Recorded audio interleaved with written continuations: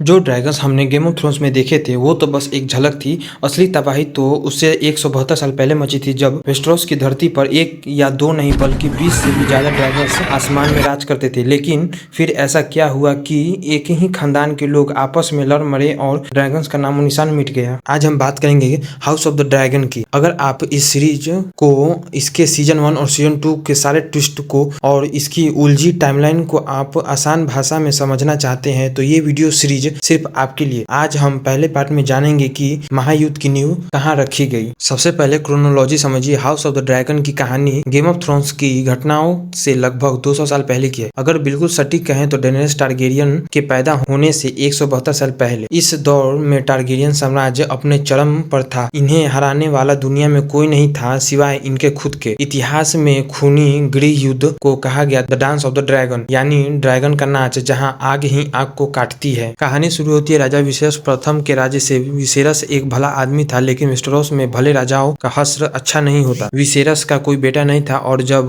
उसकी रानी के बच्चे को जन्म देते समय दर्दनाक मौत हो जाती है तो विसेरस एक ऐसा फैसला लेता है जो वेस्टेरोस का इतिहास बदल देता है। वो अपनी इकलौती बेटी रेनेरा टारगेरियन को अपना उत्तराधिकारी घोषित कर देता है। यह फैसला क्रांतिकारी था क्योंकि वेस्टेरोस के इतिहास में कभी किसी महिला ने आयरन थ्रोन पर राज नहीं किया था। सभी लॉर्ड रेनेरा के सामने वफादारी के कस्में खाते हैं, लेकिन ट्विस्ट तब आता है जब राजा विसेरस दूसरी शादी करता है रेनेरा की सबसे पक्की दोस्त एलिसेंट हाईटावर से। वक्त बीतता है और एलिसेंट राजा को एक बेटा देती है, एगोन द्वितीय। अब यहीं से पॉलिटिक्स का गंदा खेल शुरू होता है। एलिसेंट के पिता ऑटो हाईटावर, जो राजा के राइट हैंड है, एलिसेंट के कान भरना शुरू करता है कि अगर रेनेरा रानी बनती तो वो तुम्हारे बच्चे को मार देगी ताकि उसका सिंहासन सुरक्षित रहे। इधर रेनेरा भी अकेली नहीं थी, उसके साथ था राजा का बागी भाई डेमन टारगेरियन, जिसे रफ प्रिंस कहा जाता था। डेमन एक खतरनाक योद्धा था और उसके पास था खूंखार ड्रैगन क्रैकस। आगे चलकर रेनेरा